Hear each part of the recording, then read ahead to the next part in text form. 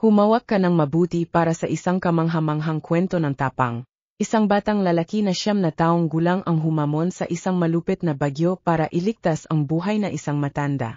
Ang mga susunod na mangyayari ay talagang ikagugulat mo. Handa ka na ba para sa paglalakbay na ito ng pagiging bayani? Kung hindi ka pa nakasubscribe, mag-subscribe na ngayon at huwag palampasin ang alinman sa mga kamanghamanghang kwentong ito. Sa maliit na bayan ng Willow Creek, na nasa isang tanawin na tila inukit ng kalikasan mismo, ang mga tao ay namumuhay ng simpleng buhay, sumasabay sa ritmo ng lupa at langit. Ang nayon ay tahimik na nakahiga sa pagitan ng mga burol na natatakpan ng luntiang talukab at makakapal na kagubatan, kung saan ang mga puno na daan-daang taon na ang tanda ay bumubuo ng isang natural na pader sa paligid ng mga bahay na gawa sa kahoy at bato. Ang mga residente, sanay na sa halong katahimikan at misteryo, ay alam na ang klima sa Willow Creek ay kakaiba. Minsan ang langit ay nagiging malalim na asul at nagniningning, nagbibigay liwanag sa bawat sulok na may mainit na sinag. Sa ibang pagkakataon, nakakapal na ulap ang biglang sumisikat mula sa wala, nagdadala na isang hindi inaasahang bagyo o makapal na hamog na bumabalot sa lahat, tila naisitago ang bayan mula sa natitirang mundo. Isang lugar ito kung saan ang kalikasan ay tila nagdidikta ng mga alituntunin, at ang mga tao ay natutong makisama sa mga di-predictable na pangyayari na tila may mahika. Ang bayan ay may atmosfera na parang nagtatago ng mga sinaunang lihim. Sa gabi, ang hangin ay humuhuni sa pagitan ng mga mataas na sanga, parang bumubulong ng mga kwento mula sa nakaraan, na nagbubuhay na imahinasyon ng mga nagtatangkang makinig. Sa taglamig, kapag ang mga puno ay nawawalan ng dahon, ang mga anino ay humahaba, sumasayaw sa mga peder ng mga bahay at nagiging mga tahimik at misteryosong labirinto ang mga kalsada. Sa tagsibol, ang kagubatan ay sumasabog sa mga tono ng lunti at ligaya ng mga ligaw na bulaklak, nagdadala ng bagong sigla sa mga residente, na nadarama ang tibok ng buhay sa paligid. Gayunpaman, ang klima ay patuloy na nagbibigay ng mga sorpresa. Minsan, ang isang araw ng sikat ng araw at maliwanag na langit ay biglang nagiging isang hailstorm sa loob lamang na ilang minuto, na nakakagulat sa lahat. Ang mga tao ay natutong bigyang kahulugan ang mga palatandaan. Ang hangin na biglang bumibigat, ang mga ibon na mababang lumilipad, at ang biglang katahimikan sa hangin bago dumating ang isang bagyo. Lumalaki ang mga bata na natutunang basahin ang panahon, obserbahan ang mga galaw ng kalikasan, at igalang ang di-predictable na lagay ng panahon sa lugar. Ngunit, wala talagang makakapaghanda sa kanila para sa biglaang at malupit na bagyo na sumalanta sa bayan sa isang hapon na tila magiging tahimik. Nagsimula ang araw na may isang liwanag na tila hindi pangkaraniwan, kasama ang araw na nagniningning na maliwanag at pinapainit ang mga kalsada at mga bukirin sa paligid. Ngunit, habang umusad ang hapon, madidilim na ulap ang nagsimulang bumuo sa abot tanaw, nakapal at nakababalisa, parang ulap ng usok na dahan-dahang sumasaklaw sa langit. Ang mga matatanda ang unang nakapansin sa pagbabago, mga taong nakakita na mabilis na paglipat ng panahon noon, ngunit hindi kailanman sa ganitong kasalimot. Habang ang langit ay lumalapit, biglang tumahimik ang mga ibon at ang mga puno ay nagsimulang umalog na parang hindi mapakali. Ang hangin, na dati-rati ay dumadaloy na magaan sa mga dahon, ngayon ay humuhuni na may lumalakas na intensidad, parang ito ay naging isang nakatagong halimaw, nagdadala ng mga palatandaan na isang hindi kilalang bagay. Sa malayo, ang kulog ay umugong, at bawat pagsabog ay umugong sa mga burol at kagubatan, punong-puno ng tensyon na parang kuryente. Nang makaramdam ng takot, ang mga residente ng Willow Creek ay iniwan ang kanilang mga gawain at nagmadaling nagtakip sa kanilang mga tahanan. Sa mga kalsada, ang mga pamilya ay nagtutulungan, sinusubukang patatagin ang mga pinto at bintana gamit ang mga tabla, lubid, at lahat ng makikita nilang materyales. Ang mga ina ay tumatawag sa kanilang mga anak, ang mga matatanda ay tumutulong sa mga bata, at lahat ay nagbabahagi ng mga nag-alala na tingin. Parang may pakiramdam na ang bagyong ito ay hindi tulad ng iba. Ang hangin, ngayon ay mas malupit, ay binabali ang mga dahon at sanga mula sa mga puno, na umusbong ng walang kontrol sa makikitid na kalsada. Ang unang patak ng ulan ay bumagsak na mabigat, kasunod ang maraming iba pa. Bawat isa ay parang maliit na putok na tila sumasabog pagdapo sa lupa. Sa loob lamang na ilang minuto, isang kortina ng tubig ang bumuhos sa bayan, nagdilim ng paningin at ginawang ilog na putik ang lupa. Ang mga lechon ay mabilis na nabuo, at ang tunog ng ulan, pinagsama sa pagugong na hangin, ay pumuno sa bawat sulok ng bayan, bumubuo na isang magulong at nakakatakot na sinfonya. Ang kagubatan sa paligid ng Willow Creek ay tila nabubuhay sa lakas ng bagyo, na parang ang mga puno ay nagsisikap na lumaban sa hangin na nagbabantang bunutin sila. Ang mga ilog na deti ay tahimik na umagos ngayon ay umaapaw, at ang daloy ng tubig ay nagbabantang sumalanta sa mga maliliit na tulay na kawayan na nagugnay sa mga mas malalayong bahagi ng bayan. Ang mga residente ay nakamasid na may takot at paggalang, alam na wala nang magagawa kundi ang maghintay at magtulungan. Sa loob ng mga bahay, ang mga tao ay nagtipon sa paligid ng mga kandila at parol, bumubulong ng mga salita ng pag-asa at nagbibigay ng aliw sa isa't isa. Bawat kidlat na pumunit sa katahimikan ay sinasamahan ng mga nag-alala na tingin. Parang sila ay naghihintay sa isang ginhawa na tila hindi dumarating. Sa bawat minuto, ang bagyo ay tila lumalakas. Sinusubok ang lakas ng lahat ng naroon sa Willow Creek sa nakababahalang hapon na iyon. Sa gitna ng mga tao na sinusubukang protektahan ang kanilang sarili mula sa galit ng bagyo, naroon ang isang matalinong batang 9 na taong gulang na may makikinang at mosisang mga meta, na tinatawag na Oliver. Kilala siya sa lahat sa Willow Creek. Si Oliver ay uri ng bata na palaging may ngiti sa kanyang mukha at nakatingin ng mabuti sa lahat ng nasa paligid niya. Karaniwan na siyang nakikita na tumatakbo sa mga burol kasama ang isang grupo ng mga kaibigan o nag-iisa. Nangangalap ng mga kakaibang bato at mga dahon mula sa mga bihirang puno. Parang bawat piraso ng kalikasan ay isang nakatagong kayamanan. Siya ay may pusong puno ng pakikipagsapalaran at kabaitan, at ang kanyang pag-alaga sa iba ay nagbigay sa kanya ng mahalagang katayuan, kahit sa mga mas tahimik na tao. Ngunit sa hapon na iyon, naramdaman ni Oliver na may kakaiba sa hangin. Ang hangin ay humuhuni tulad na hindi pa nangyari, at ang mga ulap ay mabilis na nagtipon na parang hindi niya matugunan ang pagbabago ng tanawin. Nang makita ang kanyang mga magulang na nagmamakaawa sa kanya na bumalik, siya ay sumunod ng walang pag-alinlangan. Sa mabilis na hakbang, nagsimula siyang tumakbo patungo sa bahay, umiwas sa mga unang patak na malakas na ulan na nahuhulog na parang malalaking patak, malamig at matigas na parang mga bato. Ngunit, nang siya ay ilang metro na lang mula sa pintuan, may tumawag sa kanyang etensyon. Nang siya ay tumingin sa gilid, nakita ni Oliver ang Ginong Jenkins, ang kanyang matandang kapitbahay, na nanginginig ang mga kamay habang sinisikap na ayusin ang kanyang tungkod at protektahan ang sarili mula sa hangin. Si Ginong Jenkins ay isang lalaking nakasaksi, na nang maraming taglamig sa Willow Creek. Bagamat siya ay medyo tahimik, siya ay may kakit-akit na paraan. At tuwing makikita niya si Oliver, siya ay palaging ngumiti ng bahagya at nagkukuwento tungkol sa mga pagbabago sa bayan sa paglipas ng mga taon. Ang matandang iyon, na may baluktot na postura at mga damit na may mga palatandaan ng panahon, ay malinaw na nasa panganib. Ang hangin ay tila itinutulak siya pabalik sa tuwing siya ay susubok na lumakad pasulong at ang kanyang sombrero, na lagi niyang shot na may pagmamalaki, ay nahagip mula sa kanyang ulo at dinala ng hangin. Nakita ang tanawin, umakyat ang tibok ng puso ni Oliver. Alam niyang kailangan ng tulong ni Ginong Jenkins, at sa paglala ng bagyo sa bawat segundo, bawat sandali ay mahalaga. Hindi nagdalawang isip, umikot si Oliver at tumakbo patungo sa kanyang kapitbahay. Sumisigaw ng kanyang pangalan upang marinig sa gitna ng ingay ng ulan at hangin. Ginong Jenkins, kailangan niyo ba ng tulong? Ang boses ng bata ay matatag. Kahit na ang kanyang mga kamay ay malamig at ang kanyang puso ay mabilis na tumitibok. Si Ginong Jenkins ay tumingin sa kanya na may halo ng pagkabigla at pasasalamat. Sinisikap niyang magsalita sa kabila ng hangin na tila umaagaw ng kanyang hininga. Siya ay bumulong, batang dapat ay nasa loob ka ng bahay kasama ang mga magulang mo. Ngunit si Oliver, na determinado, ay hawak na ang kanyang braso at niyayakap siya ng mahigpit. Sinisikap na protektahan siya mula sa mga bokso ng hangin na halos nagpapabagsak sa kanila. Alam niyang hindi siya pwedeng iwanan doon, nag-isa at walang depensa. Huwag kang mag-alala tungkol sa akin, Ginong Jenkins, sabi ni Oliver, na may tapang na tila lampas sa kanyang 9 na taon. Pumasok tayo ng magkasama. Kayo ang bahala sa inyo. Tumingin siya sa paligid. Sinusubukang sukatin ang distansya patungo sa pintuan ng kapitbahay at kung paano nila maabot ang kanlungan ng hindi nahuhuli ng susunod na bokso ng hangin. Sapagkat, anti-unting umusad ang dalawa, nag-uusap sila upang suportahan ang isa't isa. Ang bawat hakbang ay laban sa hangin, na humuhuni ng galit sa paligid nila, at ang ulan, na ngayon ay bumabagsak na parang ang langit ay bumabagsak. Ang putik ay nagsimula ng lumusot sa ilalim ng mga paa ni Oliver. Ngunit siya ay nanatiling matatag.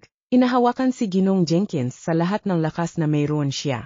Unti-unti, umabot sila sa pintuan ng kapitbahay. Habang ang bagyo ay tila lumalakas, parang sinusubukan silang subukin sa bawat sandali.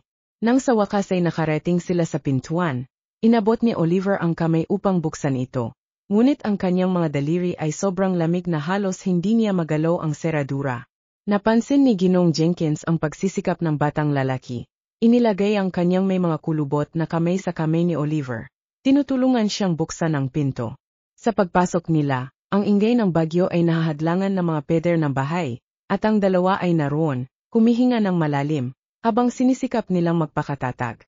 Si Ginong Jenkins, na may mga mata na kumikislap sa emosyon at pasasalamat, ay tumingin kay Oliver at nagsabi, na may tinig na nanginginig, "Salamat, batang lalaki. Hindi ko alam kung ano ang gagawin ko kung wala ka." Si Oliver ay ngumiti lamang, bahagyang hingal, at sumagot sa simpleng paraan na karaniwan sa mga bata, "Kapitbahay tayo, Ginong Jenkins. Ganito ang ginagawa ng mga kapitbahay, hindi ba?" Sa sandaling iyon, napagtanto ni Ginong Jenkins na ang maliit na kilos ng tapang at kabaitan ay may higit na kahulugan kaysa sa anumang salita na maaring ipahayag. Ang bagyo ay patuloy na nagagalit sa labas, malupit at walang pagod, ngunit sa loob ng bahay na iyon, nabuo ang isang espesyal na ugnayan sa pagitan ng matanda at ng bata, isang koneksyon na hindi kayang sirain ng galit ng panahon. Si Ginong Jenkins ay nakatira sa isang maliit at lumang bahay sa dulo ng kalye, kung saan ang mga peder na may mga baging at ang luma at punit na bakod ay nagbabantay sa kaunting na tira mula sa kanyang nakaraan. Mula nang umalis ang kanyang asawa, siya ay ginugugol ang mga araw sa katahimikan. Pinapanood ang paglipas ng panahon mula sa bintana at bumabati na ilang salita sa mga kapitbahay. Ang taglamig ay nag-iwan ng mga marka sa kanyang katawan, ginagawa ang bawat galaw na mas mahirap, at ang kanyang enyo ay tila mas marupok laban sa galit ng bagyong iyon. Habang siya ay nakikipaglaban upang mapanatili ang balanse laban sa malamig na hangin, ang kanyang mga hakbang ay nanginginig sa basa at madulas na lupa. Ang kanyang mga bota, luma at basag dahil sa paggamit, ay madulas sa putik, at ang tungkod, na dati niyang gabay, ay tila bumibigay sa lakas ng bagyo. Sinubukan niyang tumayo gamit ang huling lakas, ngunit isang matinding sakit ang sumagi sa kanyang binti, na nagdulot sa kanya upang matumba muli. Ang mundo sa paligid niya ay tila umikot, at sa isang sandali, naisip niya na ang malamig na lupa ay tatanggapin siya ng walang pag-alinlangan. Ngunit bago siya makabagsak, narinig niya ang isang pamilyar na tinig na umabot sa kanya, na pinutol ang nakabibinging ingay ng bagyo. "Ginong Jenkins! Sandali lang, tutulangging kita!" Si Oliver iyon. Ang bata, na may nakatatag na mukha at nakapikit na mga mata laban sa mga patak ng ulan na humahampas sa kanyang mukha, ay tumatakbo papunta sa kanya. Ang mga braso ay nakalaylay upang mag-alok ng suporta.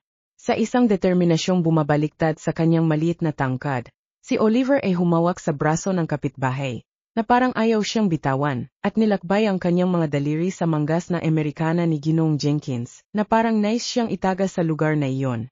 Itinaas niya ang kanyang mukha sa lalaki, nag-alok ng ngiti na puno ng lakas ng loob, at si Ginong Jenkins, nagulat sa tapang ng bata, ay sumama sa kanya. Ang paglalakbay patungo sa bahay ni Ginong Jenkins ay tila walang katapusan. Bawat hakbang ay isang hamon, dahil ang hangin ay patuloy na nagtutulak sa kanila pabalik, at ang ulan ay bumuhos ng napakalakas na mahirap nilang makita ang daan sa harap. Ang lamig ay matalim, pumasok sa kanilang mga damit at ginawang nanginginig sila. Nararamdaman ni Oliver na namamanhid ang kanyang mga kamay, ngunit hindi siya bibitaw sa braso ni Ginong Jenkins. Tila sa mga sandaling iyon, napasya siyang walang hadlang ang makakapigil sa kanila na makalapit sa ligtas na kanlungan ng bahay. Sa bawat maingat na hakbang, ang matandang lalaki at ang bata ay bumuo ng isang hindi inaasahang ngunit makapangyarihang pagkakaibigan. Upang mapagaan ang hirap, nagsimula si Oliver na makipag-usap tungkol sa mga simpleng bagay. Sinusubukang i-distract ang kapitbahay mula sa hirap ng kanilang paglalakbay. Nabanggit niya ang huling pagkakataon na nakita niya ang isang bahaghari sa langit, at kung paano, noong nakaraang linggo, ay nakatagpo siya ng isang batong kumikislap sa ilalim ng araw, na parang isang bihirang hiyas. Nakikinig si Ginong Jenkins, sinusubukang tumutok sa malambing na mga salita ng bata, abang nararamdaman ang bigat na naglalaho sa presensya ni Oliver, na nagdadala ng tahimik na pag-asa. Sa wakas, Nang ang maliit na bahay na gawa sa kahoy ay nasa loob ng kanilang maabot, si Oliver ay nagbuga ng isang sigaw ng ginhawa. Alos hindi marinig. Ngunit sapat upang mapansin ni Ginoong Jenkins ang determinasyon at ginhawa ng bata.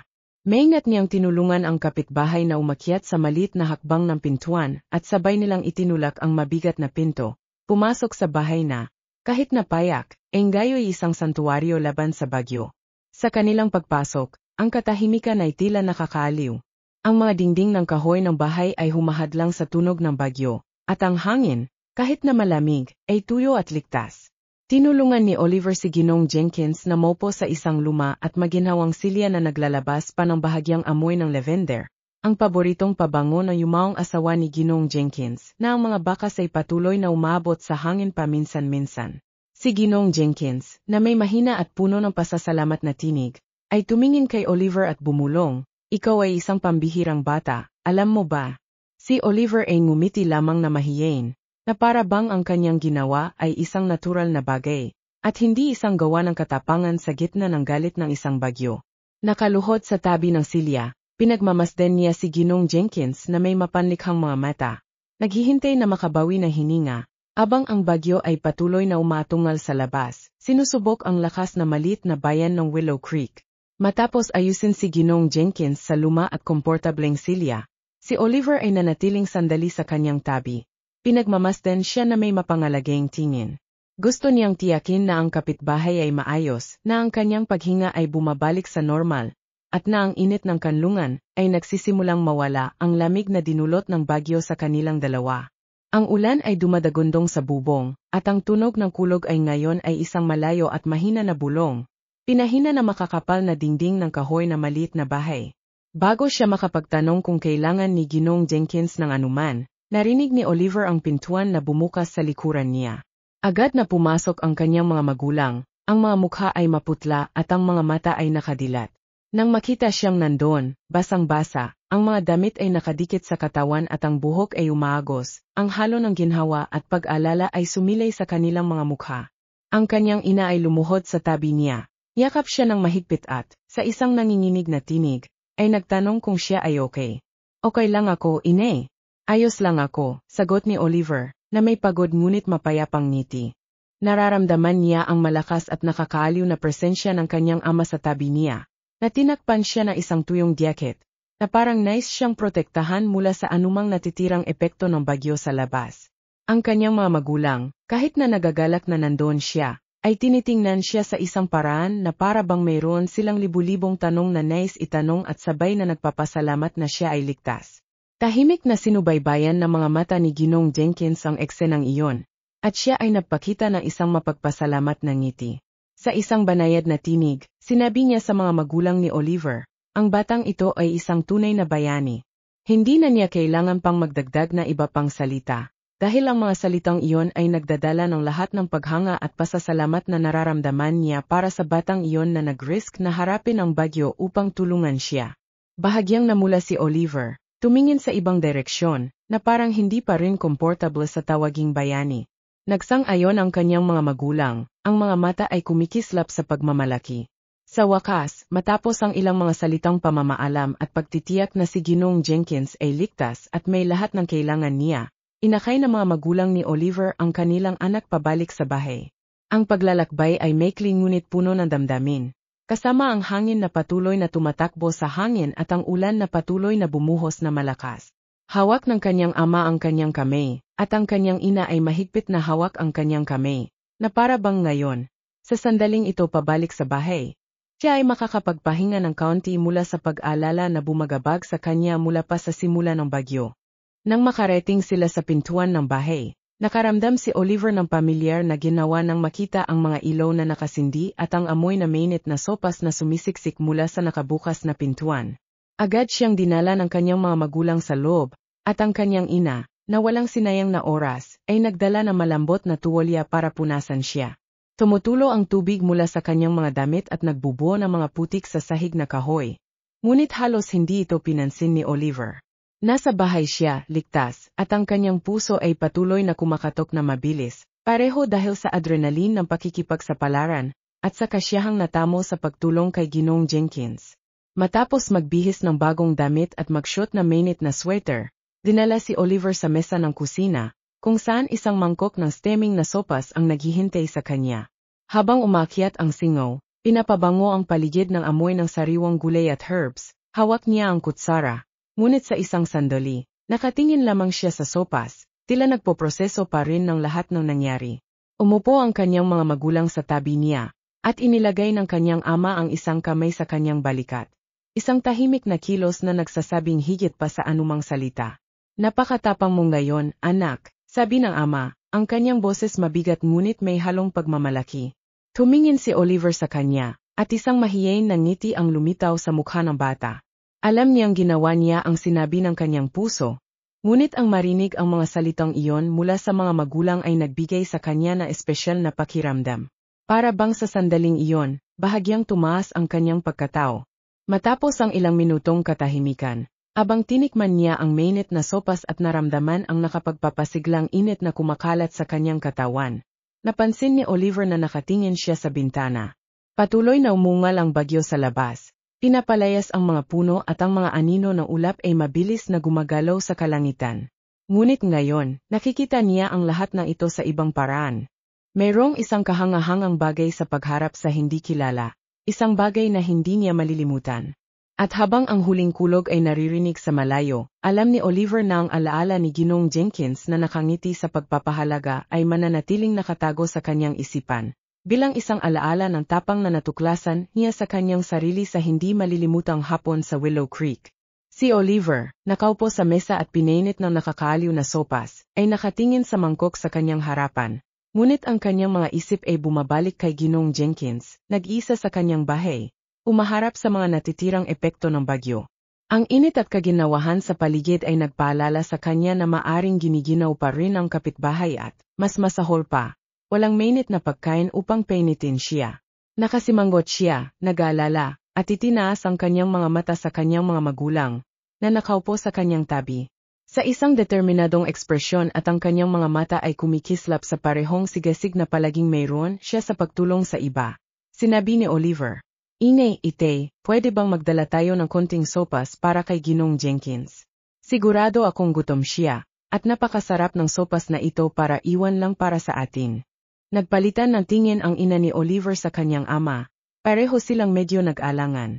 Kakakawi lang nila sa kanya mula sa kanyang matapang na pagtakbo sa bagyo. At ang instinct ay panatilihin siyang ligtas at mainit. Ngunit si Oliver, na may kakaibang ningning ng kabaitan at pagtitiyaga sa kanyang mga mata, ay nagpatuloy, sinasabi ng mahinahon at nakakaengganyo, nasa isang tao siyang nag-isa, at alam kong mahirap ang bagyo para sa kanya. Gusto ko lang na makaramdam din siya ng mabuti. Nahatak ang ama ni Oliver sa altruismo ng kanyang anak, uminhin siya at tumango. Si, Oliver, pero sasama kami sa iyo. Ayaw kong mag-isa ka. Sa napagkasunduang plano, nagmadali ang ina ni Oliver na kumuha ng isa pang mangkok at pinuno ito na mainit at masustansyang sopas. Naglagay pa ng takip upang masigurong mananatiling mainit. Balot niya ang mangkok sa isang tela upang hindi siya masaktan, at inabot ang peket sa kanyang anak, na maingat na humawak sa regalo na parang ito ay isang kayamanan. Nakabotang makapal at nakajacket, silang tatlo ay umalis ng bahay, kumaharap sa basa at malamig na gabi, na may mga bakas pa ng bagyo na sumalanta sa bayan ilang oras na ang nakakaraan. Huminto ang ulan, ngunit ang mga pudlo ng tubig ay nagre-reflect ng mga ilaw ng gesera sa mga kalsada ng Willow Creek. Lumilikha na malilit na kislap na ginawang parang isang fairy tale ang bayan sa ilalim ng liwanag ng buwan. Ang hangin, ngayon ay kalmado, ay nagbigay na malamig at matalim na hangin, ngunit determinado si Oliver, at ang kanyang mga magulang ay nakasunod sa kanyang tabi, kasabay ng kanyang mapagbigay na diwa. Habang naglalakad sila sa kalsada patungo sa bahay ni Ginoong Jenkins, ang katahimikan ay sinasalubong ng tunog ng kanilang mga hakbang sa basang dahon at ang paggalaw ng mga puno sa paligid. Nang makarating sila sa pintuan, si Oliver ay kumatok ng mahinahon, nag-atubili sa isang sandali. Malamang na hindi inaasahan ni Ginoong Jenkins ang mga bisita, lalo na sa ganitong oras ng gabi. Pagkalipas na ilang segundo, narinig nila ang tunog na mabibigat na hakbang na lumalapit, at bumukas ang pinto, ipinapakita ang matandang kapitbahay, na may nakabiglang ekspresyon at medyo nakatulog. "Oliver? At ang iyong mga magulang? Ano ang dala ninyo dito sa oras na ito?" Tanong ni Ginoong Jenkins. Ang kanyang mga mata ay kumikislap sa ilalim ng mahihinang ilaw ng gesera sa pasilyo. Ngumiti si Oliver, inabot ang mangkok ng sopas sa kanya, at simpleng sinabi, "Nagdala kami ng konting sopas para sa iyo. Ginawa ito ng aking ina na mainit-init. Naisip namin na magandang magkaroon ng mainit na pagkain pagkatapos ng lahat ng paghihirap sa bagyo." Nagtahimik si Ginoong Jenkins sa isang sandali, nasentihan sa kilos. Tumingin siya sa mangkok na nakabalot sa tela na may kislap sa kanyang mga mata. Parang tumanggap siya ng isang bihirang regalo. Sa mga nanginginig na kamay, kinuha niya ang peket at naramdaman ang init sa pamamagitan ng tela. Oliver, talagang espesyal kayo. Hindi ko ito inasahan, ngunit labis akong nagpapasalamat." Nang dumating ang mga magulang ni Oliver sa harap ng kanilang bahay, nakaramdam sila na malalim na pagmamalaki. Alam nilang espesyal ang kanilang anak, pero ang makita ang sandaling iyon.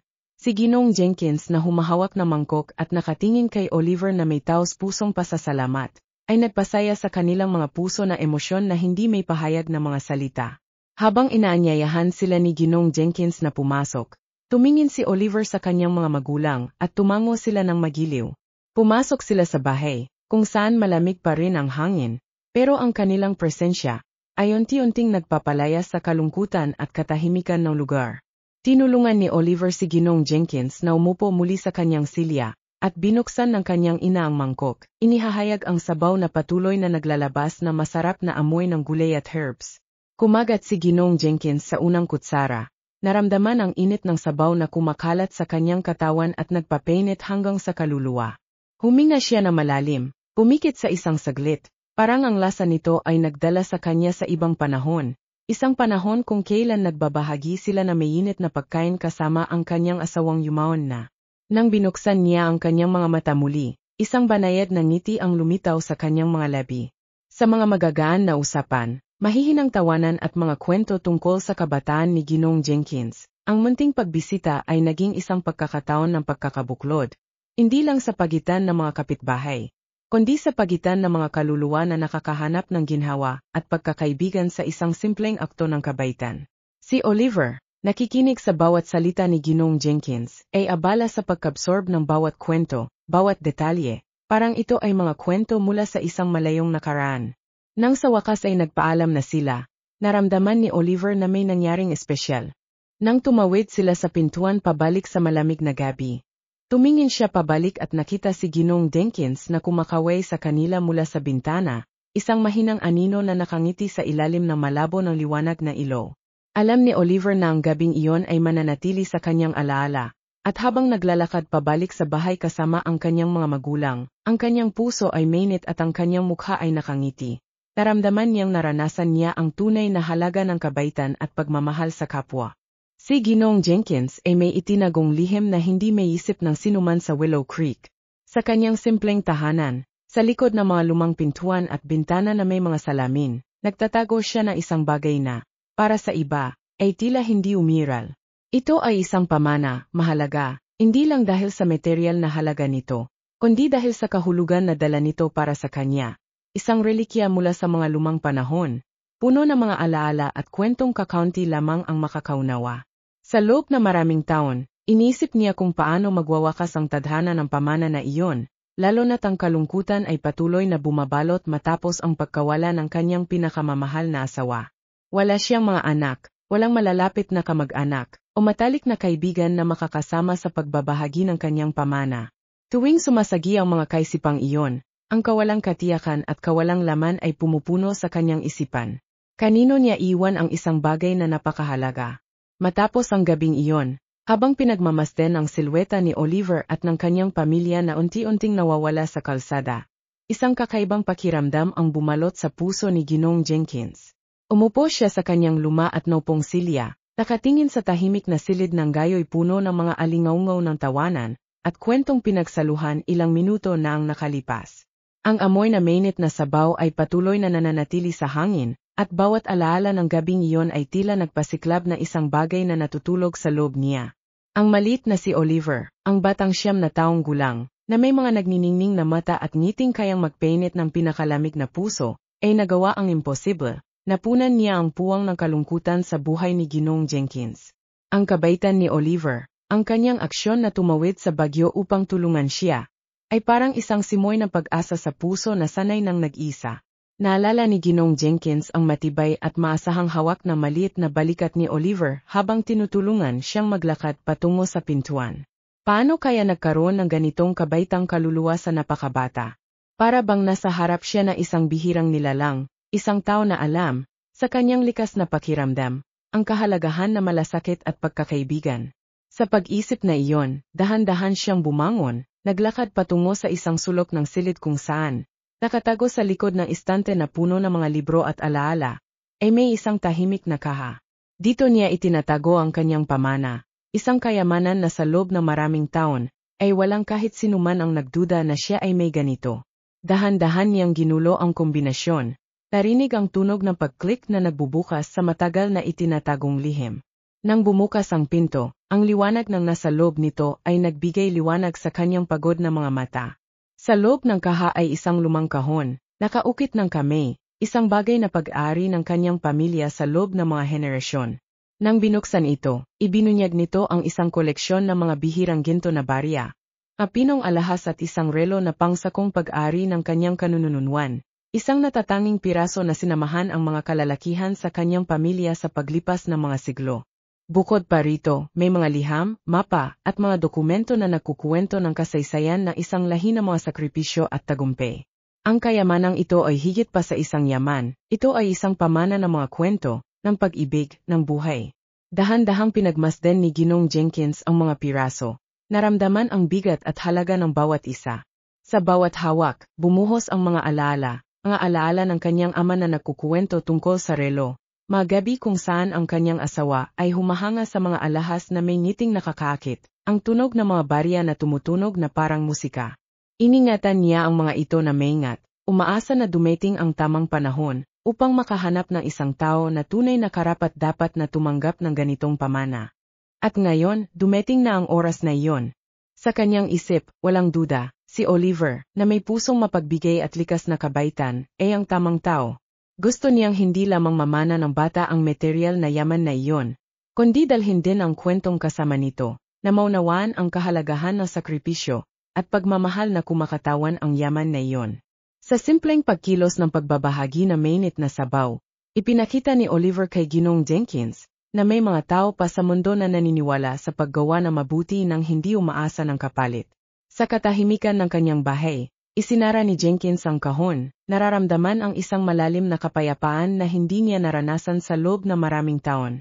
Alam niyang hindi niya agad ibibigay ang yaman, masyado pang bata si Oliver upang lubos na maunawaan ang bigat ng yaman na iyon.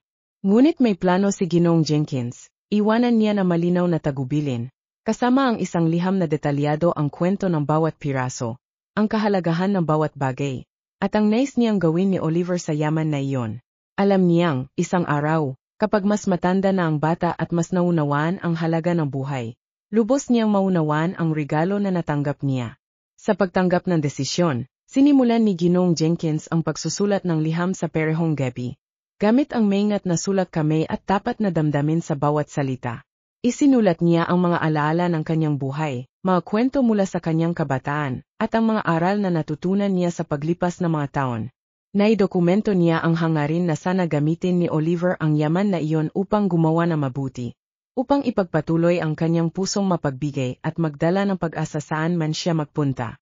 Sa sumunod na umaga, nang makita si Oliver sa kalye, ngumiti si Ginong Jenkins sa kanya sa ibang paraan, na para bang may ibinabahaging espesyal na sikreto. At si Oliver, na may hindi mapigil na kislap sa kanyang mga mata, ay ngumiti rin pabalik, na walang kaalam-alam sa hinaharap na naghihintay sa kanya. Sa liham na isinulat ni Ginong Jenkins para kay Oliver, maingat niyang ibinulgar ang bahagi ng kanyang buhay at ng kwentong daladala niya.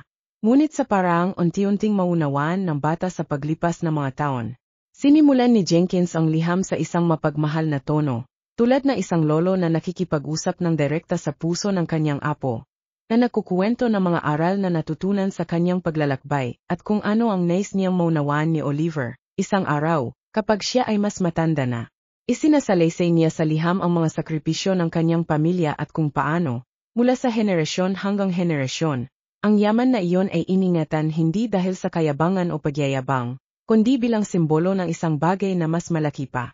Ang yaman na ito, Oliver, isinulat niya, ay hindi lamang ginto o alahas. Kumakatawan ito sa kabaitan at katapatan ng lahat ng dumaan bago sa akin. At ngayon, nakikita ko ang mga perehong katangian sa iyo, aking batang kaibigan. Isinahayag ni Ginoong Jenkins na palagi siyang nangarap na makahanap ng isang tao na may perehong kislap ng kabutihan, at ngayon, kasama si Oliver. Sa wakas ay naramdaman niyang nandiyan na ang taong iyon. Ayaw niyang matanggap ng bata ang yaman bilang isang simpleng pamana. Nais niyang sa paglipas ng mga taon, maunawaan ni Oliver ang kahalagahan ng paggamit sa kanyang natanggap upang gumawa na mabuti, upang makatulong sa iba, at higit sa lahat, upang patuloy na linangin ang pusong mapagbigay na mayroon na siya. Sa liham, detalyado ni Jenkins ang isang maingat na plano. Nais niyang may pasa ang yaman kay Oliver lamang kapag umabot na ang bata sa edad na 18. Para kay Jenkins, ang edad na iyon ay magmamarka ng oras na magiging mature si Oliver upang lubos na maunawaan ang kahulugan ng yaman na iyon. At upang matiyak na ang sentimental na halaga at ang mga kwento sa likod ng mga bagay ay mapanatili. Iminungkahi niyang isang mapagkakatiwalaang abogado ang mag-imbak ng liham at ng yaman hanggang sa tamang panahon. Palaging mapanuri sa mga detalye, nagdagdag din si Ginoong Jenkins ng espesyal na piraso sa kanyang liham. Inihanda niya ang isang uri ng heart map, isang set ng mga gawin at misyon sa buhay na dapat isakatuparan ni Oliver sa paglipas ng mga taon bago matanggap ang yaman. Bawat misyon ay isang aral sa buhay. Tumulong sa isang estranghero.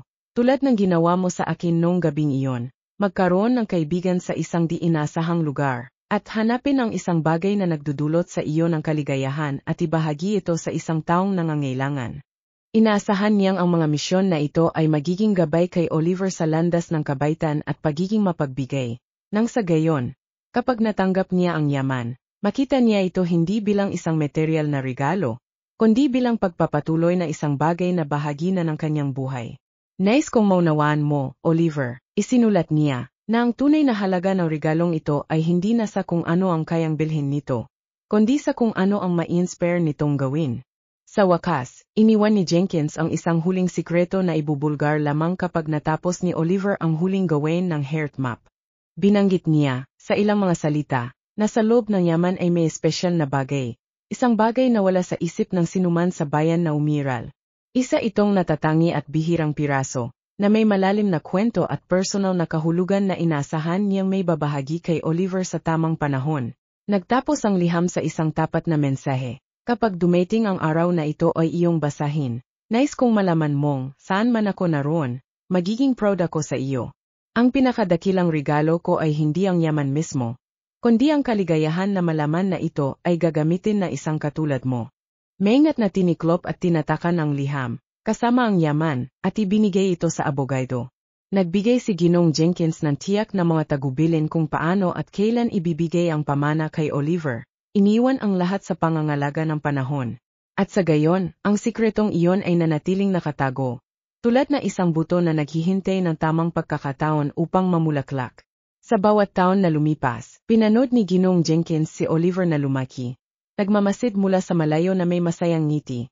Sa pagtitiwala na ang hinaharap ay may espesyal na nakalaan para sa batang minsang naghandog sa kanya ng simpleng kilos ng kabaitan sa gitna ng bagyo.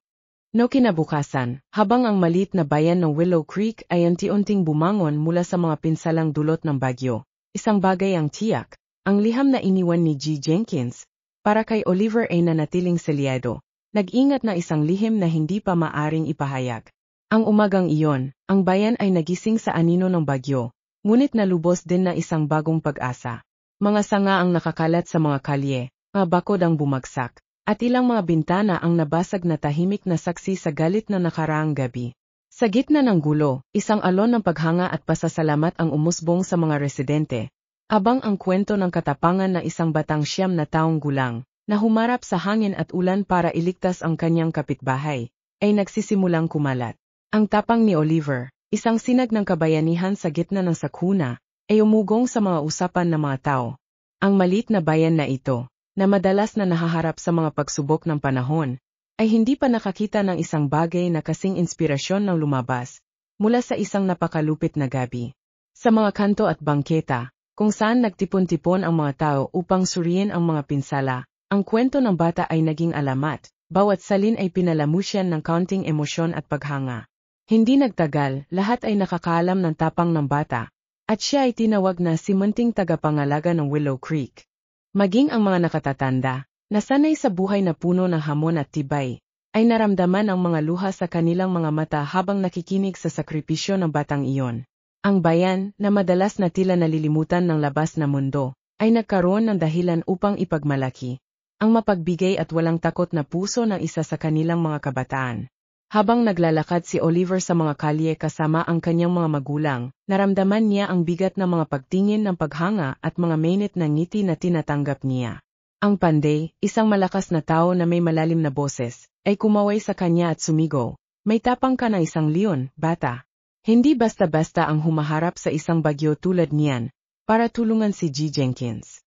Si Oliver, nahihiya, ay tumingin sa ibang direksyon, ngunit ang kanyang kababaang loob ay natabunan ng pagmamalaki na sumiklab sa kanyang dibdib.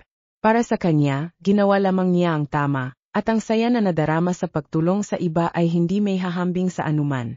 Sa gitnang plaza, kung saan ang komunidad ay nagtipon upang mag-alok ng tulong at ayusin ang mga pinsala, naghintay ang alkalde kay Oliver at sa kanyang mga magulang.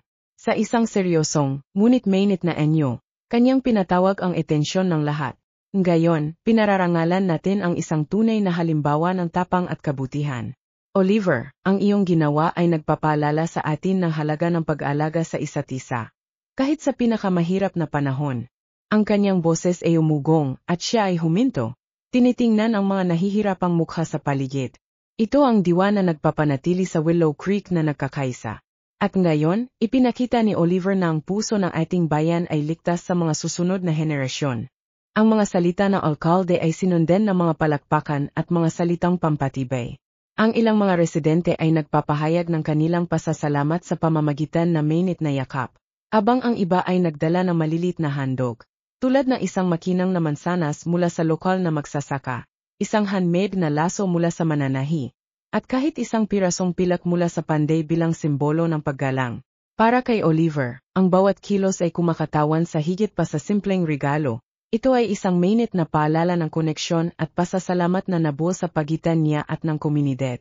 Habang sila ay umuwi, hinaplos ng kanyang ina ang kanyang buhok at mahinahong nagsabi, "Lagi kong alam na espesyal ka, Oliver, ngunit ngayon ay ipinakita mo ito sa lahat." Ngumiti ang bata, habang siya ay tila kinukuha ang bigat ng lahat ng nangyari mula noong nakaraang gabi. Mayroong isang bagay na nangiba sa hangin, isang di nakikitang koneksyon na tila nagugnay sa bawat isa sa mga naninirahan sa bayang iyon. Mamaya, nang siya ay nag-isa na, naisip ni Oliver si G. Jenkins, at kung paano ang kanyang simpleng gawa ng kabaitan ay hindi lamang umantik sa matandang kapitbahay, kundi pati na rin ay nagbigay inspirasyon sa buong bayan. Sa gabing iyon, siya ay natulog na may magaan na puso, hindi alam na ang kanyang tapang ay simula pa lamang na isang mas malaking paglalakbay. Habang ang pamana ni G. Jenkins ay metiwasay na naghihintay upang may pahayag, isang bagong pag-asa ang umusbong sa Willow Creek, na nangangako na ang koneksyon sa pagitan ng dalawa ay palaging mas malalim kaysa sa maaring isipin ng sinuman.